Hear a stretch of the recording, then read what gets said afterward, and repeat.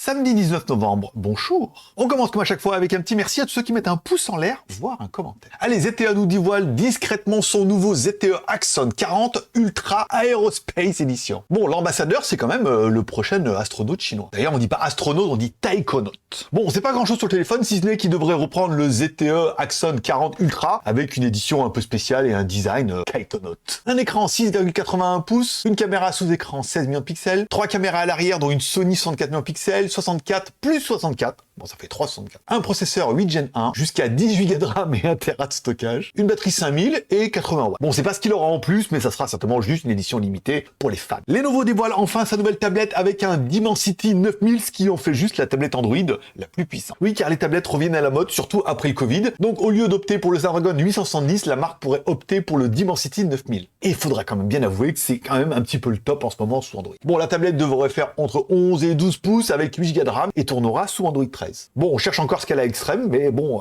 après, c'est vraiment pas mal. Allez, on attaque avec mes films et séries télé de la semaine. Cette semaine, j'ai regardé Menteur. Voilà, un film français. C'est pas le film de l'année, on est bien d'accord, mais c'est plutôt sympathique. C'est assez rigolo. Après, voilà, faut regarder ça légèrement et tout. Mais c'était pas si mal que ça, et moi, j'ai passé un bon moment. Également disponible cette semaine, Tulsa, une nouvelle série avec comme acteur principal Sylvester Stallone. Alors, bien évidemment, hein, c'est l'ancien acteur-producteur des Sopranos, donc on retrouve le côté un peu mafieux, avec Stallone, côté un peu has-been, qui sort de prison au bout de 25 ans, qui sait pas que le cannabis est légal et tout. C'est très sympathique, ça se regarde vraiment bien. Si vous êtes fan de Stallone, ça se mange encore mieux. Bon, après, voilà, c'est peut-être pas la série de l'année, mais personnellement, moi, j'ai beaucoup regardé cette série. Un seul épisode disponible, personnellement, je vous la conseille. Bon, la série que je vous conseille absolument, c'est Andor. Accrochez-vous les 6 premiers épisodes. Après, c'est vraiment d'enfer. Il y a plein de décors, il y a plein d'histoires, il y a plein de bons acteurs, il y a plein de rebondissements et tout.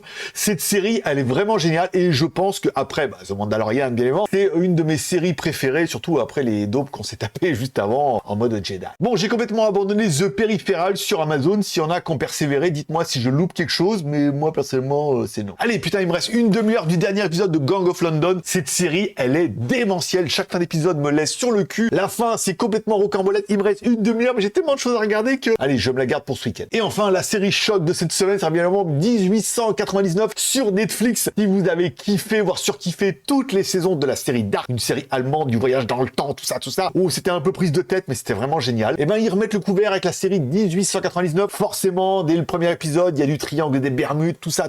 On sait pas, l'intrigue se met en place. Il y a les 8 épisodes disponibles sur Netflix. Je n'ai regardé que le premier pour ne pas tout digérer d'un coup, parce que je pense que je vais avoir mal au crâne. Mais pour l'instant, c'est un bateau qui a disparu, le retrouve et tout. Où il y a plein d'intrigues, plein d'émotions. Ça commence déjà à piquer un petit peu, où ils mettent un peu plein de trucs en place et tout. Je pense que ça va vraiment être une des séries choc. Première saison, on va être plutôt pas mal. Je pense qu'il va y en avoir plusieurs. Ah, dites-moi si vous avez commencé, si ce genre de série vous intéresse. Si vous avez regardé Dark, sinon, recommencez par Dark, parce qu'on retrouve les acteurs un peu, les mêmes acteurs que la série. Je sens que mon week-end va être compliqué.